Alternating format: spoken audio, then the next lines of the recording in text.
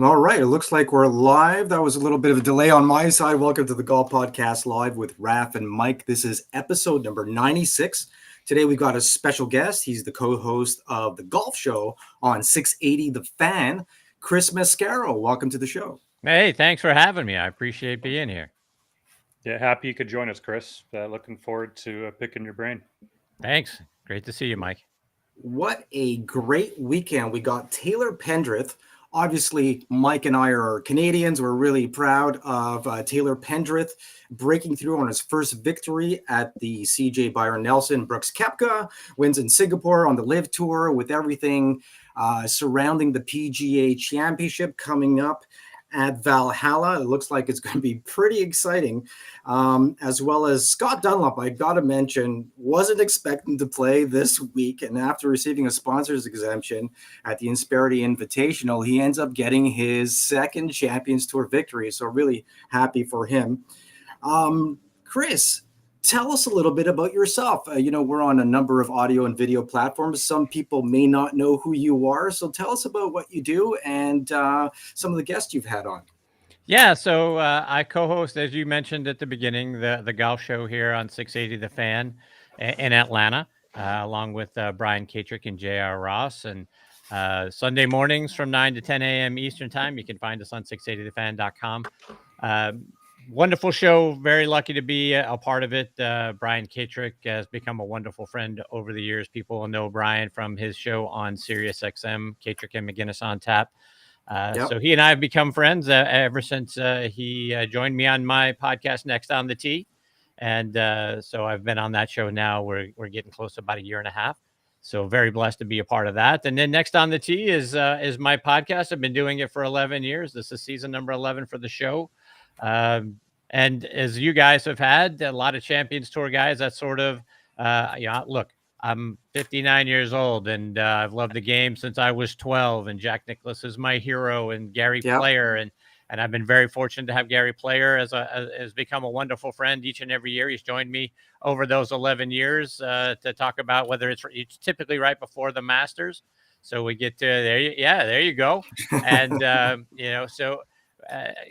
I've been, like I say, very blessed to have those guys. And a lot of those guys have become wonderful friends. And so having those guys come on and share their experiences and talk about what it's been like for them growing up in the game and then getting out on tour and playing on the PGA Tour and ultimately on the Champions Tour. And then the legends of the LPGA is they're wonderful partners of mine as well. So, the likes of Jane Blaylock and that group, the ladies that I grew up, idolizing as well in the 70s and 80s and 90s, and getting to be a part of, having them as part of the show and sharing their stories as well, has just been something that has just been a huge blessing. And I'm a Pittsburgh guy. Speaking of Scott Dunlap a minute ago, Scott Dunlap's a Pittsburgh guy, so I couldn't be more excited to see him get his second win this past weekend as well out there on the Champions Tour. So a lot of wonderful things have happened as a part of this show. And it's just like you guys, I've been, passionate about the game of golf for, over 45 years and being able to live out the dream of being able to talk to a lot of the guys and gals that were my heroes as a kid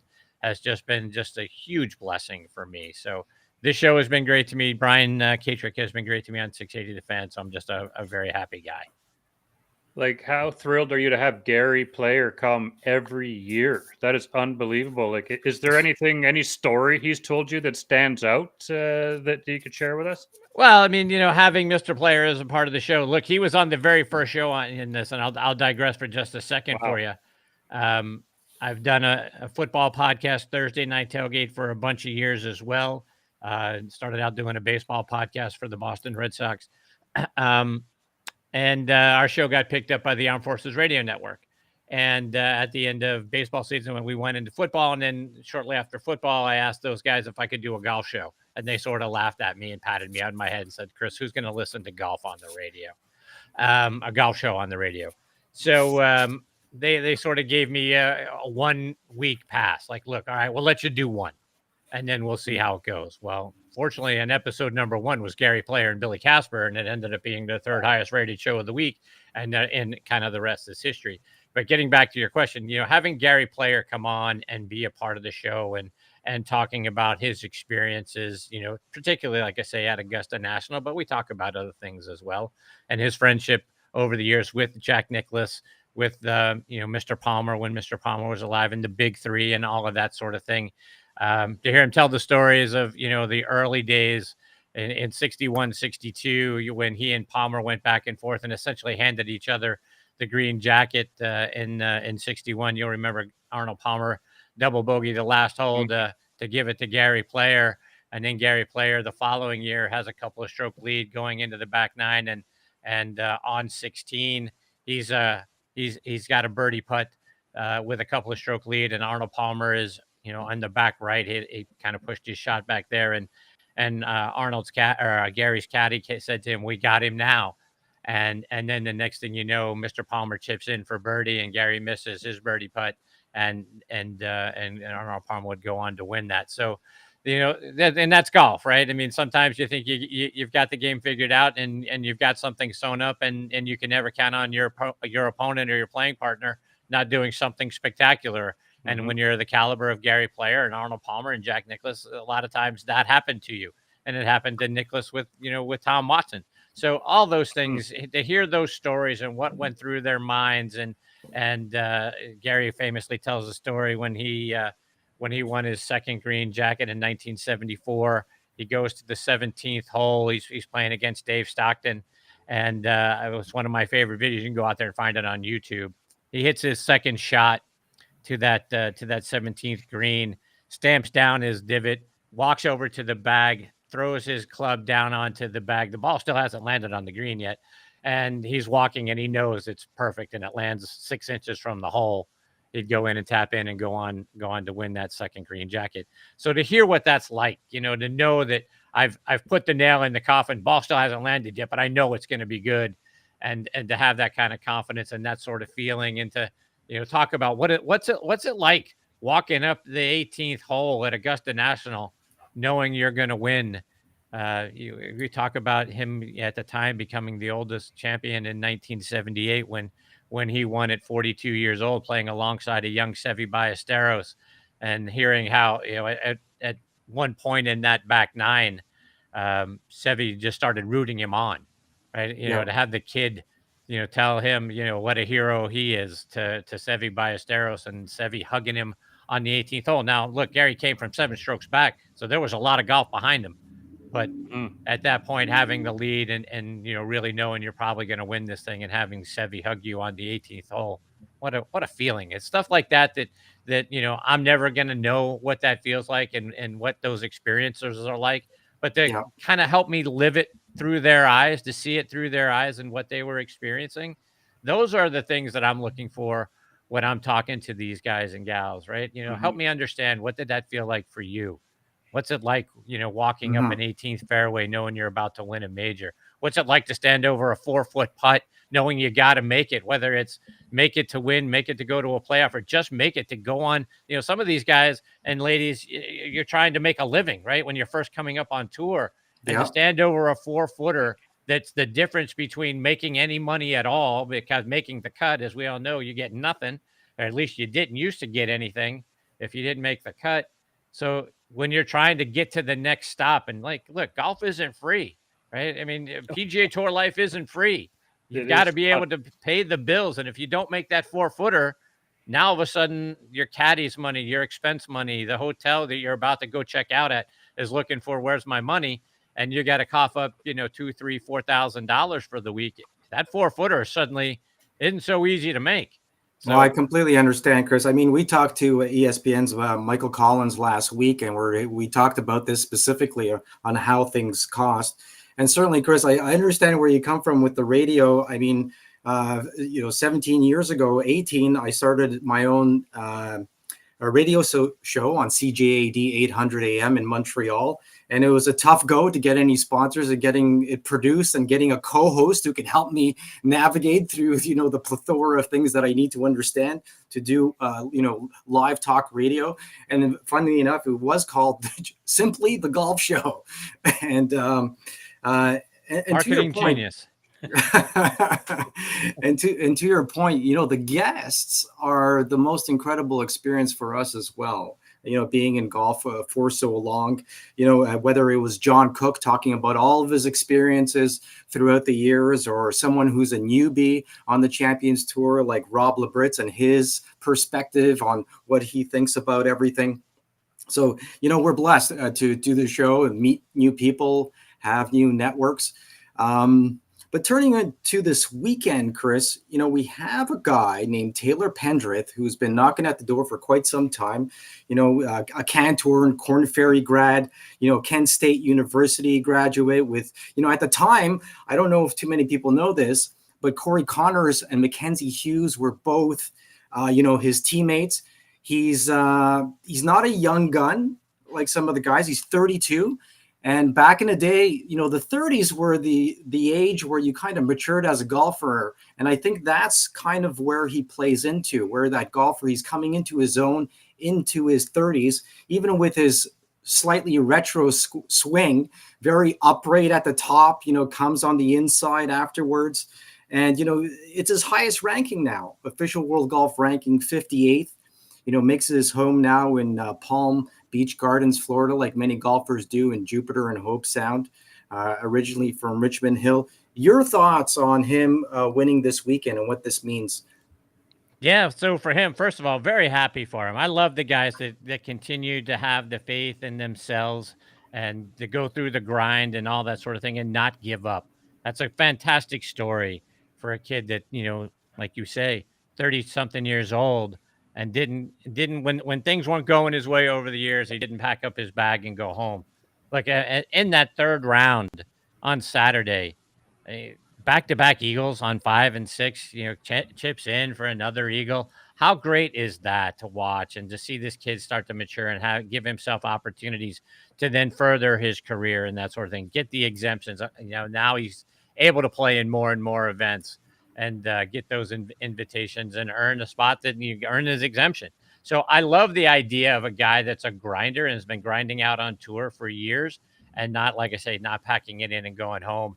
And then seeing it come through fruition, right? To get all the way to the top of the mountain in 1 week and be able to hold the trophy. I think that's fantastic. I mean, to me, that's what sports is all about, right? I mean, I love the idea in the years, and again, being a huge Jack Nicklaus fan my whole life, he was a dominant player, obviously, through the 60s, 70s, and the early part of the 80s. And then, Tiger dominating at the end of the 90s and through the early part of the 2000s. And it's nice to have a guy that's out there as the clear number one and all that sort of thing, and the exciting things that we witnessed that those guys did.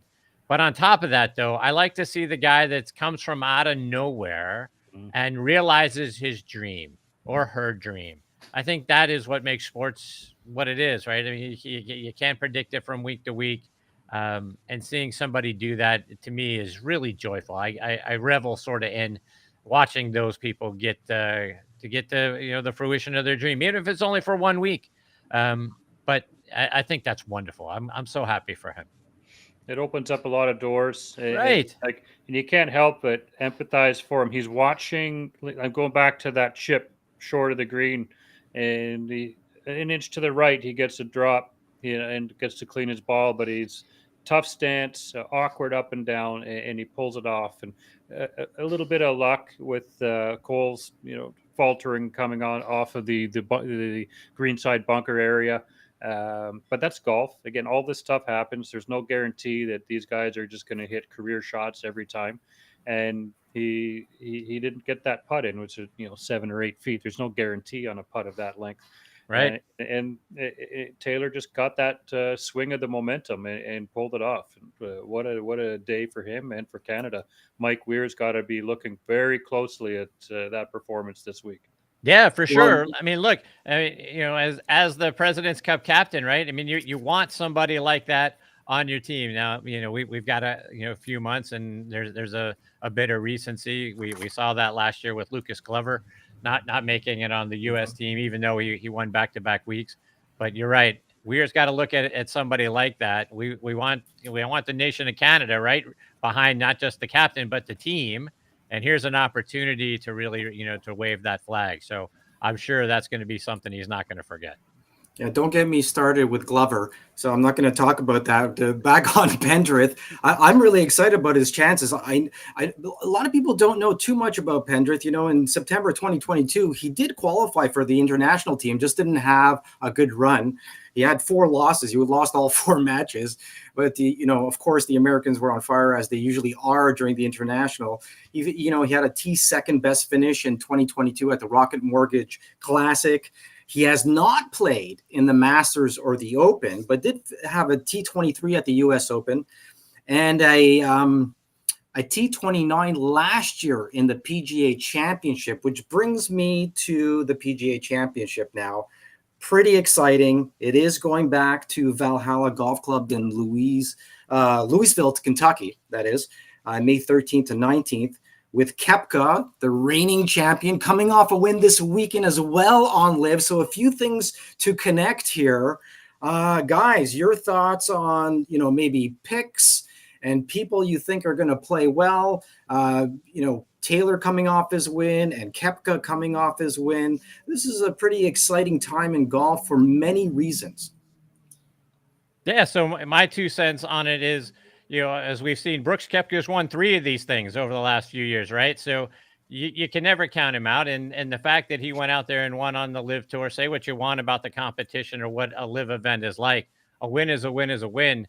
And a guy like Brooks Koepka who can build off that confidence heading into a major championship. Look, over the years, as we've learned, you can never count Brooks Koepka out of any major championship. I mean, he's sort of like the Chris Carter of the NFL. All he does is win championships, right? Chris Carter, all he does is catch touchdowns. So he's that kind of guy. And you give him some confidence going in there. Now, he talked a lot about confidence this past week, and they asked him about it. And he's like, no big deal. But that's who Brooks Koepka is, right? He's never going to get all that excited. He's never a guy that gets too high or too low. He just goes about his business. So I think he puts everybody on notice, like, hey, I didn't play all that well at the Masters, but I'm figuring this thing out. And now I'm ready to go for a 4th PGA Championship and hold that Wanamaker again. So if I'm the other guys, I certainly notice that he's playing really well all of a sudden. So there's that.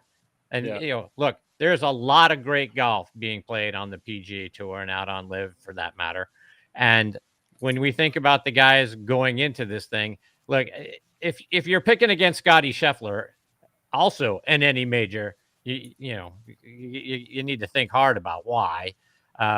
I think the only thing that's going to derail Scotty at this point is obviously he's missed the last couple of weeks. He's not playing this coming week at Valhalla or at Quail Hollow because his wife's going to have their child any minute. Yeah, we learned about that back at Augusta National. So he's taken a few weeks off. So could his focus have been derailed a little bit going into the PGA and having probably 3+ weeks off?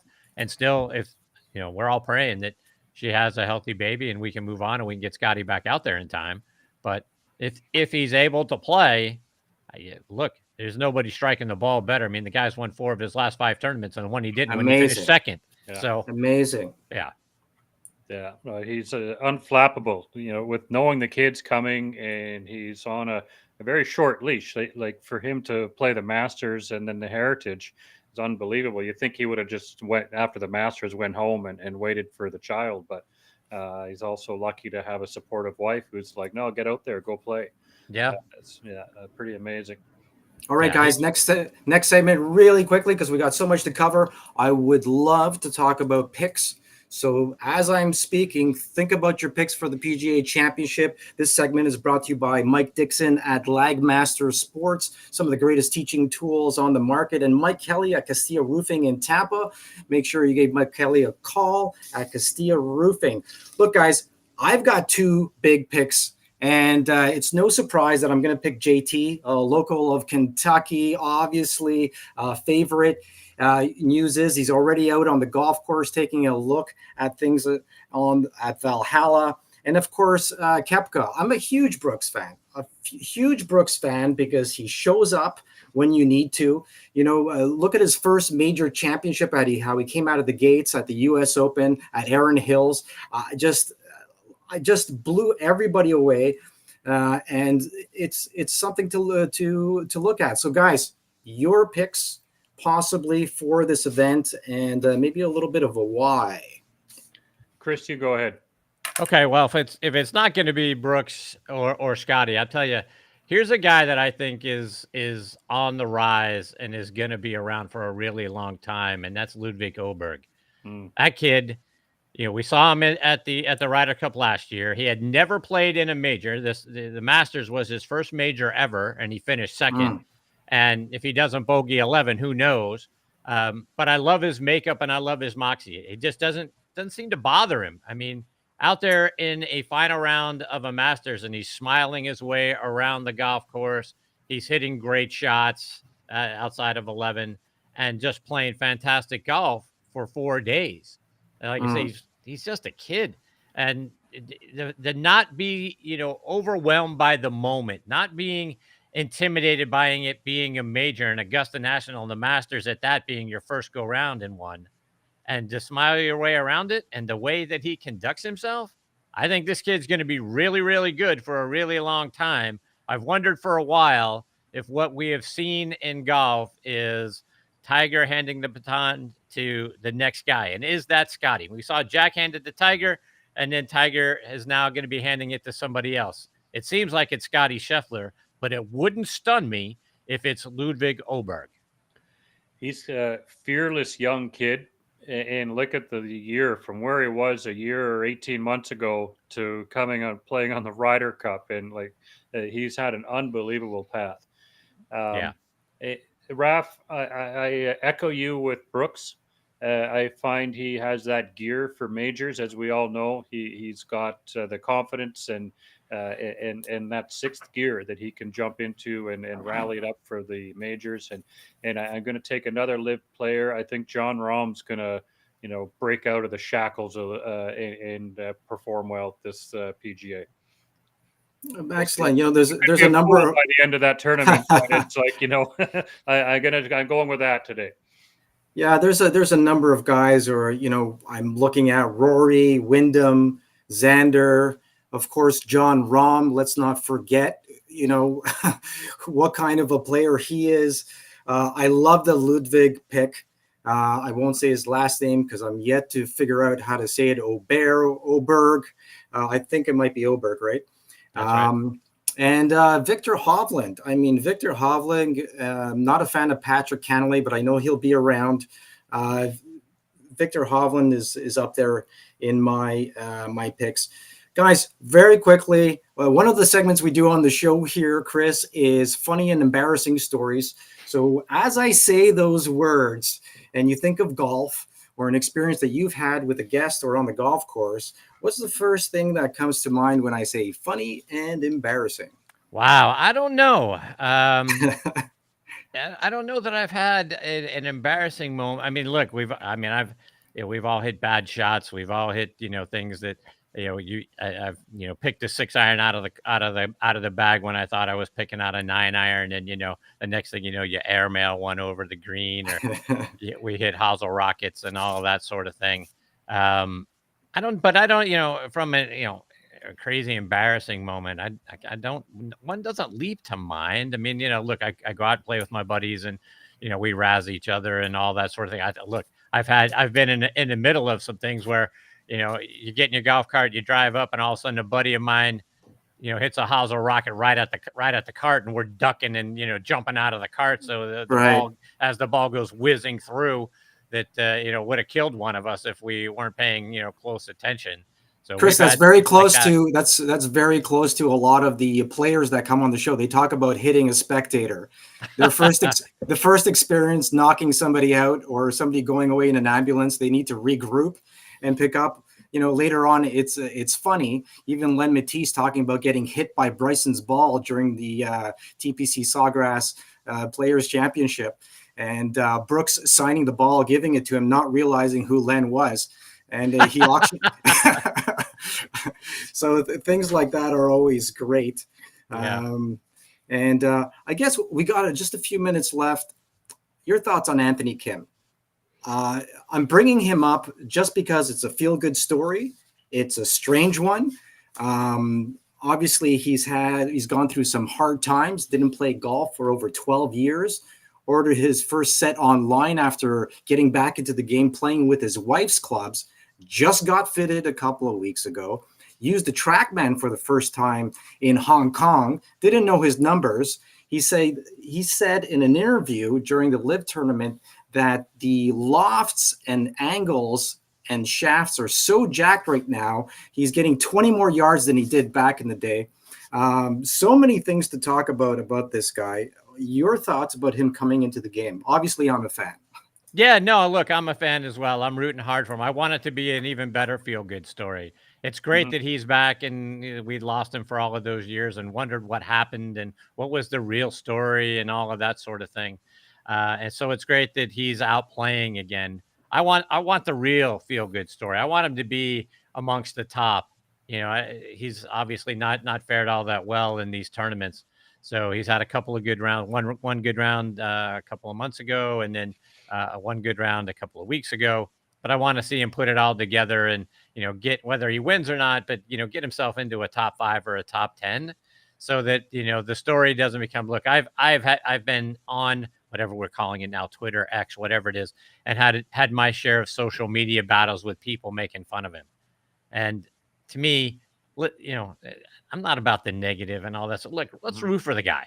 I was glad when he came back. People mocked me for being glad that he was back, and then took joy in telling me, "Oh, he finished last again. Oh, he finished last again." Well, I want the good story for him. I want him to be able to walk away at some point at the end of the season, looking back on it, not looking at a whole series of just sort of being in an event. I want him to be a part of the top of the leaderboard. So I'm rooting for him. I hope it works out for him.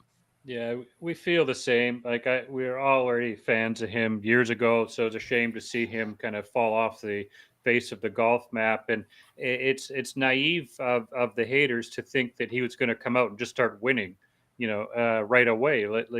Give him a chance to get his game back. And Right. the same haters are the same ones who are tearing apart Live for having lesser fields. But I think all of that is a misnomer now. You look at the leaderboards on the Live Tour; it's star-studded. Compared to PGA Tour, obviously killer players. But this last weekend, there's a lot of lesser known players on the tour right now. And so if you didn't know your golfers, you'd think that there's a bunch of no names competing on the PGA Tour. So, but AK, let's give him some time. Like he's let's right. watch it happen, and we're going to learn about the story. I believe there's a book coming out.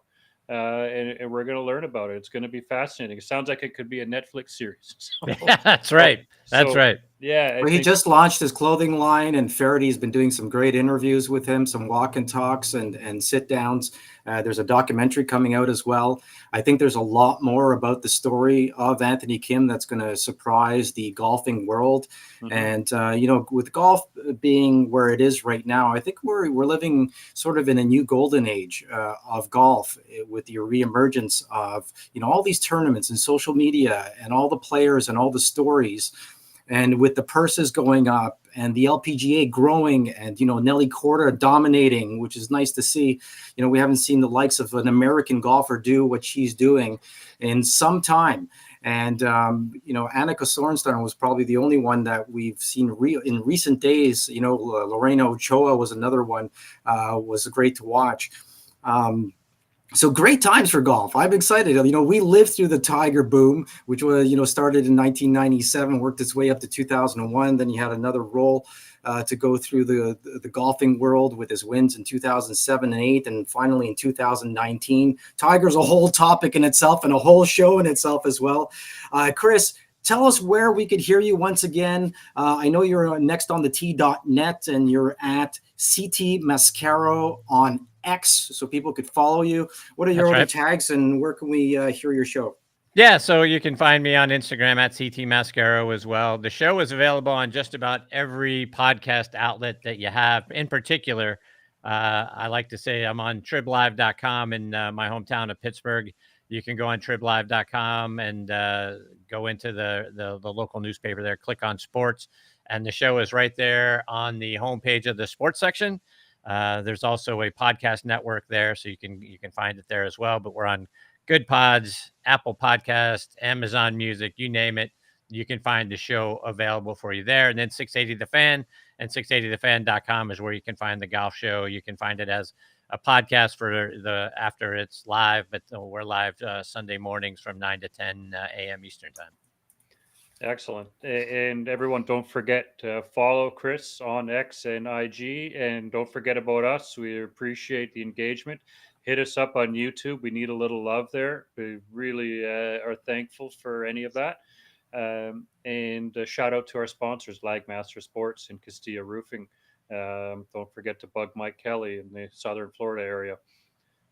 All right, for Chris Mascaro, Michael Bleakley, I'm Raphael Calumet. You've been listening to the Golf Podcast Live. Join us next week. We've got an exciting show. We've got a special guest as usual, and have a great weekend.